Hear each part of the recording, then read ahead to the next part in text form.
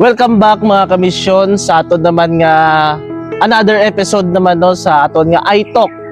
So subong mga kamisyon, may ara kita nga nakasalamuha o upod na naton subong si Sir JP Datuwata LPT from Barangay Kuya, South Upi, Maguindanao. So karon mga kamisyon, si Sir is dating nga convent boy for almost 19 years and karon he is now a LPT teacher. So karon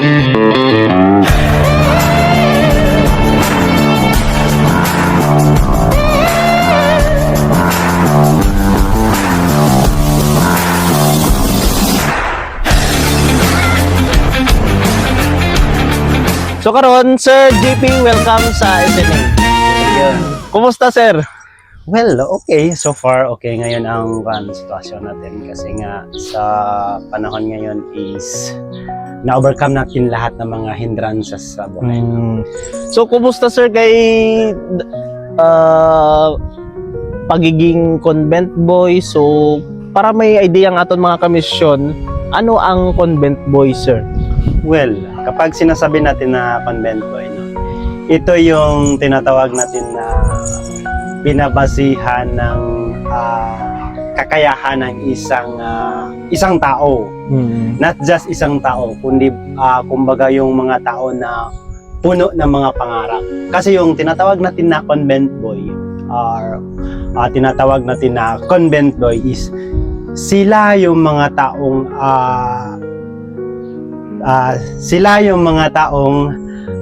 pinipilit o tinatawag na hinahanapan ng paraan para mas maabot nila yung kanilang mga pangarap sa pamamagitan ng sakripisyo bilang isang working student at saka bilang utos-utusan or servant ng isang simbahan. Okay. Ayan. So, intro pa na sa mga kamisyon. So, pwede ka ba magpakilala Sir JP? Sa mayong udto, mafiyon kabugsang, fiyogoto, dadumogo taduray, no? Taduray lambangian at saka bago pa man simula ng ating parang kasaysayan ng isang working tinatawag natin na content boy. Nais ko pong ipakilala ang aking pangalan. My name is JPU Datuwata LPT. Ako ay isang pure-blooded na Taduray at saka Lambangyan. Galing ng Barangay Kuya, South Upi, Maguindanao. So, grabe mga kamisyon, no? So, na-interview natin from Barangay Kuya, South Upi, Maguindanao. So karon mga kamisyon, may ara kitang na-prepare para kay Sir JP nga mga question para mas makilala pa ginaton siya sang lubusan. So sir, may mga kumusta ang iyong pagkabata bilang isang tiduray? Well, kapag sinasabi natin na isang taduray, no, hindi madali ang tinatawag natin na taduray. Kasi kapag sinasabi natin taduray, may mga interpretation.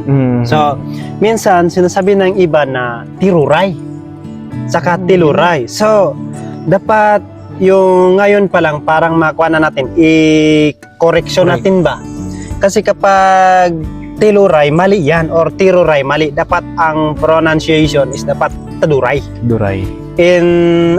Taduray dapat ang pronunciation. So, bilang isang taduray or IP, no, hindi madali ang tinatawag natin na bilang isang taduray kasi maraming mga pagsubok o tinatawag natin na discrimination. Kahit sa pagsasalita lang, di ba?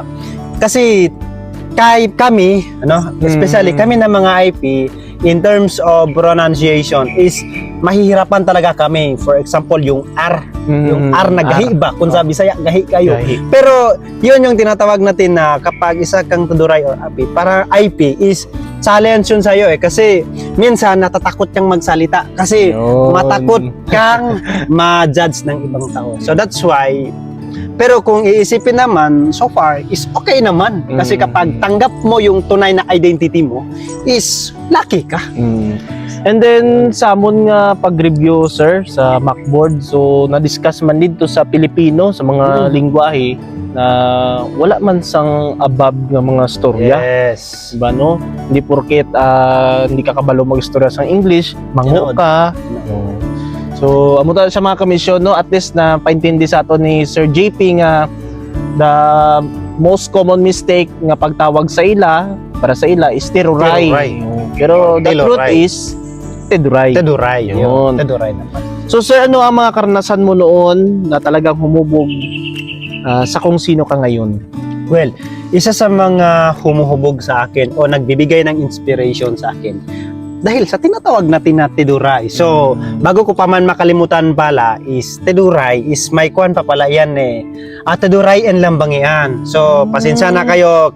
Kahit ngayon ko lang sasabihin kasi naulihin na ako is hindi ako pure na Teduray talaga. Bakit? So, ganito yan. Itong ako na isang Teduray at saka manuba. Naasawa ko yung isang manuba. Ngayon, yung anak namin, tinatawag namin yun na Lambangian. So kami, yung mga ninuno namin is nakapag-asawa ng Teduray. So ngayon, ang result is kami ay mga Lambangian na. Lambangian. So Teduray and Lambangian. So yun. Baka makalimutan ko pa yun, sinasabi na namin. Pero ang istorya sir, para sa isa sa mga kuwan, may mga differences. Yung tinatawag natin. Halimbawa, yung R is sa Teduray is na may mga R. Pero sa Lambangian is parang lutang. For example, ang R nila is R. Yan. Yan, something lutang sa dila ba? Mo na sa daw basi makuan ba kay daw bago lang abi na discover ang ginatawag naton nga Lambangian. Pero kay kuan man good, kasagaran man good sa kuan sa South Upi or sa South Upi Maguindanao is Teduray talaga ang inistoryahan.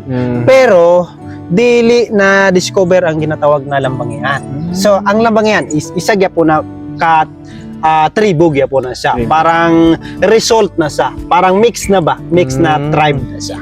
Okay, thank you so much.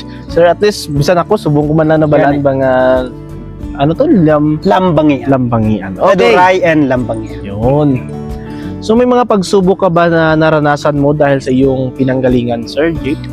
Maraming mga pagsubok. So, halimbawa, 'di ba, ikaw na bilang, siyempre iisipin natin yung 19 years na pagiging working natin sa ibang tao, no? So, isa sa mga humuhubog or isa sa mga pagsubok natin is yung malayo sa iyong mga magulang.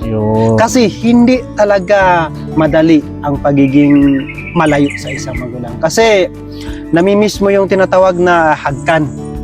Yung pagmulat mo sa umaga, ibang tao yung nakikita mo. So ngayon, ikaw dating convent boy, so kumusta o paano ka napunta sa pagiging convent boy dati, Sir Jeep? Well, so nung 2013, no, during 2013 is may mga misyonero, sila Father Renante Aban.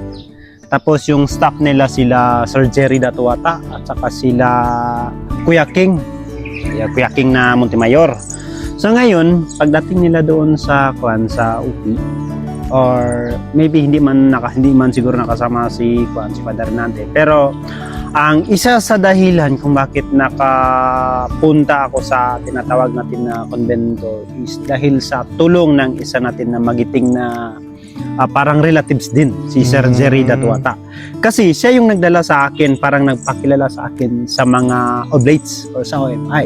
So ngayon, tinatanong niya ako is, willing daw ba ako mag-proceed ng grade 7? Grade 7 pa lang. Kasi nung grade 7 ako, doon pa lang ako napapagpasok ng tinatawag natin na convent boy. Dito sa Kulaman. So ngayon is yun, isa sa mga dahilan si Sir Jerry, and then pagdating ko dito sa convent boy, naging naging dorm boys pa ako Sa loob ng 1 year is na doon pa ako sa dorm. And then kasi nga is maganda yung performance, tapos maganda din yung grado.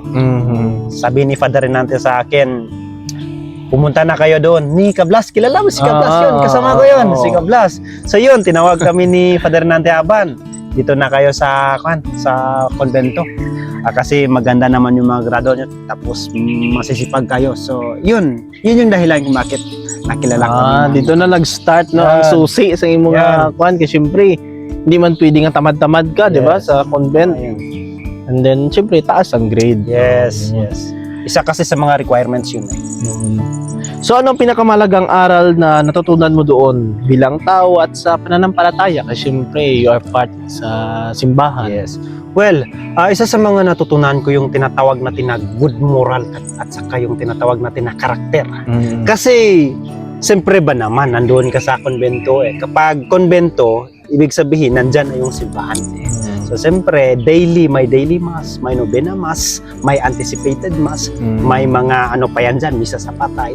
Lahat na lang ng mga good na mga parang words na ginashare ng mga pari, kaabag, elders, teachers, o yung mga tinatawag natin na kapwa IP, is yun yung nakapagbibigay sa atin ng tinatawag natin na motivation para mas lalo pa natin igihan. Siyempre kapag yung environment natin kasi kapag is parang harmonize, no? Is magiging harmonize ka din kasi maa-adapt mo yung environment. Ayun. So for almost 19 years, no? Hindi ka ba Yes, ma-inspire yes, na? Posible na gid, no? Kaya- Okay, so may mga moment ba doon na nagbago talaga ang pananaw mo sa buhay? Kaya syempre, dati part ka ng dito sa area nyo, sa IP community, tapos karon nagbaling ka sa convent. So may mga pagbabago ba sa iyong mga pananaw regarding sa kinabuhi? Well, kapag pag-usapan natin yung mga changes, kung kumbaga pa step by step, due process, maabutan tayo ng isang araw o dalawang araw na explain natin. Siyempre ba naman, marami talagang mga pagbabago. Siyempre, kung naaalala ko pa noon is nung kabataan ko pa eh.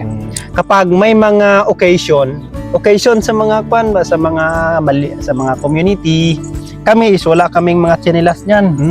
Magpunta kami doon sa community. Tapos, di ba sinabi ko na yun kanina is amoy pawis ka eh.